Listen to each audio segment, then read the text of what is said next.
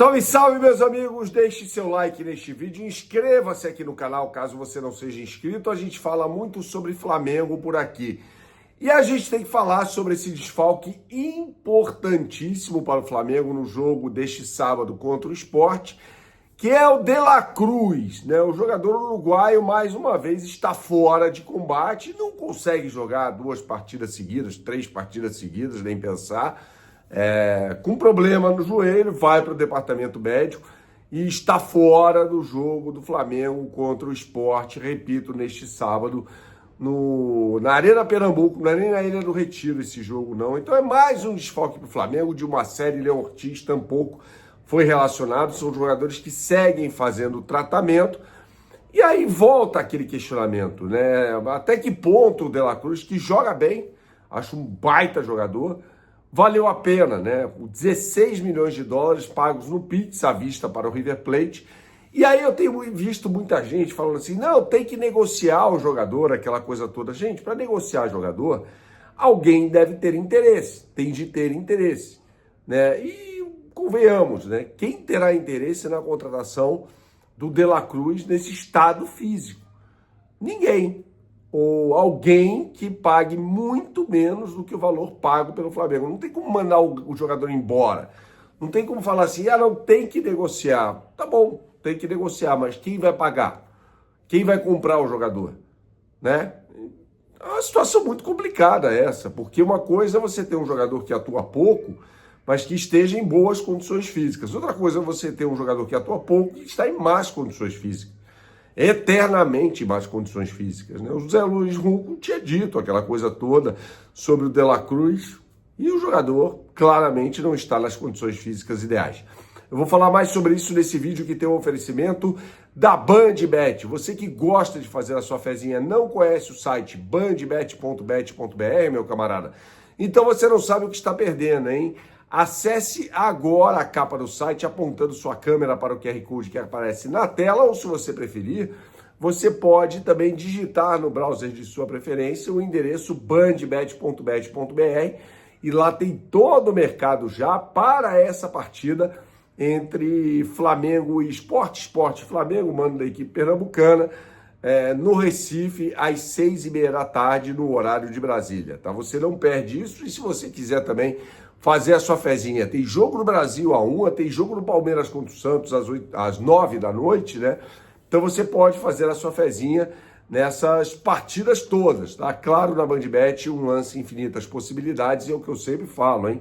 Jogue com responsabilidade, é só para maiores de 18 anos. Retomando o raciocínio, então, em torno do De La Cruz, porque a questão do De La Cruz é completamente diferente da condição do Léo Ortiz, né, que sofreu aquela lesão que parecia ser muito complicada na partida contra o Palmeiras, jogou no sacrifício contra o Racing em Avejaneda e claramente a situação física dele hoje mostra o sacrifício ao qual ele se submeteu, pontos para o jogador, para jogar aquela partida contra o Racing em Avejaneda para a classificação do Flamengo para a grande final da Libertadores da América, né?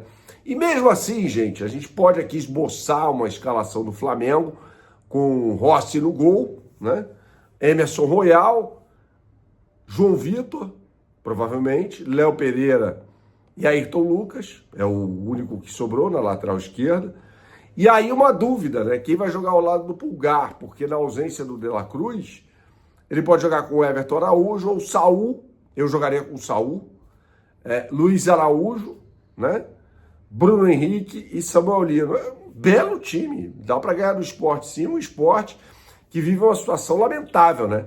Não tem nem técnico. César Lacerda é o técnico interino do Sport, que vai ter 2 desfalques importantes, o lateral esquerdo, que é até razoável, o Igor Cariús está fora, e o Sport passa por uma crise, não só pelo fato de estar na iminência do rebaixamento, né? Um time virtualmente rebaixado para a Série B, não tem técnico, né? O Daniel Lacerda foi demitido e demitiu o seu centroavante, rescindiu o contrato do centroavante Derek Lacerda, esse bom jogador, por questão de indisciplina, né?